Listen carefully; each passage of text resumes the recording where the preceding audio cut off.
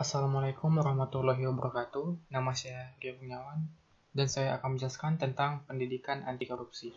Pertama, pengertian korupsi.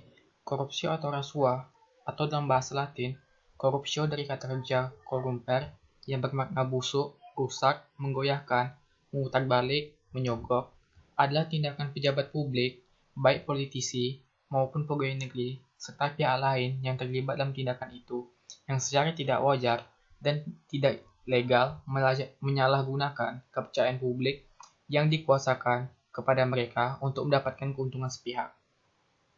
Dapat kita ketahui bahwa korupsi merupakan sesuatu yang bersifat amoral, jahat, merusak, dan menyangkut jabatan instansi. Lalu, bagaimana kita dapat mengidentifikasi tindakan perilaku korupsi tersebut? Yang kedua, saya akan menjelaskan bentuk-bentuk dari perilaku korupsi tersebut. Yang pertama adalah suap menyuap.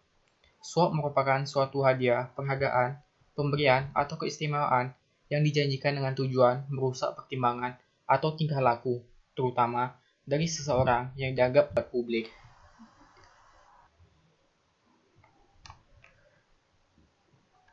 Dua, kerugian negara. Merupakan suatu tindakan melawan hukum dengan melakukan perbuatan penyalahgunaan wewenang atau sarana untuk memperkaya diri sendiri atau orang lain atau koperasi yang dapat merugikan keuangan negara. Ketiga, penggelapan dalam jabatan. Penggelapan merupakan suatu tindakan tidak jujur dengan menyembunyikan barang atau harta orang lain oleh satu orang atau lebih tanpa sepengetahuan pemilik barang dengan tujuan untuk mengalih milik, menguasai, atau digunakan untuk tujuan lainnya. Yang keempat, pemerasan. Pemerasan berasal dari kata chantage dalam bahasa Prancis atau extortion dalam bahasa Inggris yang berarti pemerasan dengan memfitnah.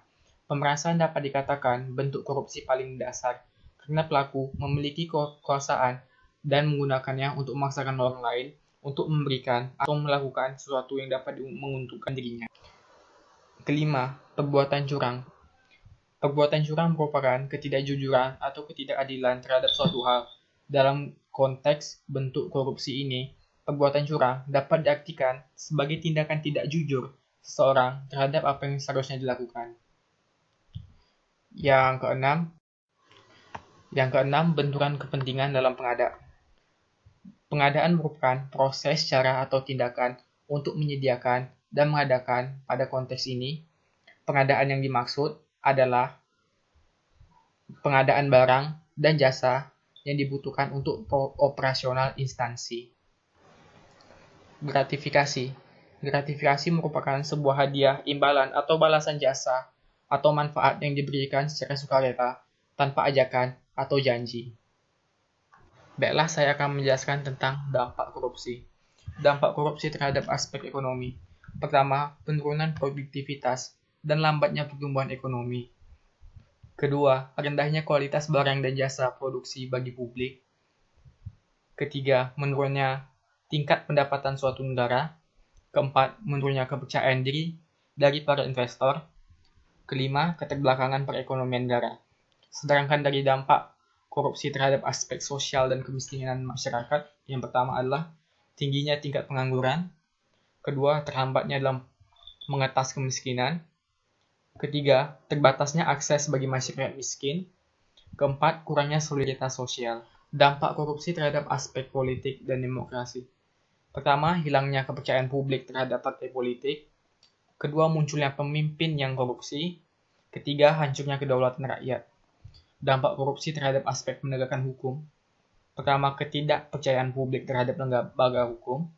Kedua, lambatnya proses hukum. Ketiga, hukum dapat dibeli. Keempat, sulit mendapatkan bukti. Kelima, kurangnya solidaritas antar para penegak. Dampak korupsi terhadap aspek pertahanan dan keamanan. Pertama, akan terjadi lemahnya alutsista dan SDM. Kedua, lemahnya garis batas negara. Ketiga, menguatnya kekerasan di dalam masyarakat. Dampak korupsi terhadap aspek lingkungan. Pertama, menurunnya kualitas lingkungan. Kedua, menurunnya kualitas hidup. Upaya pencegahan korupsi. Upaya pencegahan korupsi menurut KPK terbagi atas 3, yaitu strategi jangka pendek dengan memberikan arahan dalam upaya pencegahan. Yang kedua, strategi menengah dengan perbaikan sistem untuk menutup celah korupsi. Yang ketiga adalah strategi jangka panjang. Strategi jangka panjang dengan mengubah budaya. Terima kasih. Mohon maaf atas segala kekurangannya. Wassalamualaikum warahmatullahi wabarakatuh.